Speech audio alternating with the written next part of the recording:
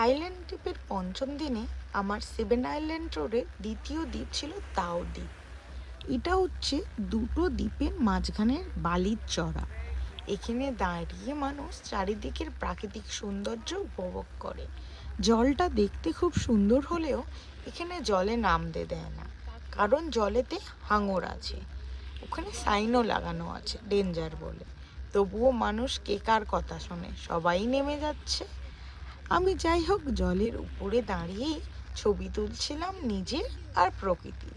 একটু ঘুরে ঘাড়ে বন্ধুকে দিয়ে ছবি তুলিয়ে নেওয়া নিজের মেমোরির জন্য। আমরা বোটে করে তারপরে চললাম স্নর্কেলিংয়ের জন্য, জলের তলায় মাছ দেখতে। আমাকে পুরো দিন এই জলের তলায় থাকতে বলে আমি মনে হয় থেকে যাব, এত আমি জল ভালোবাসি। একটা ভিডিওতে দেখাবো কত মাছ আমি দেখতে পেয়েছিলাম।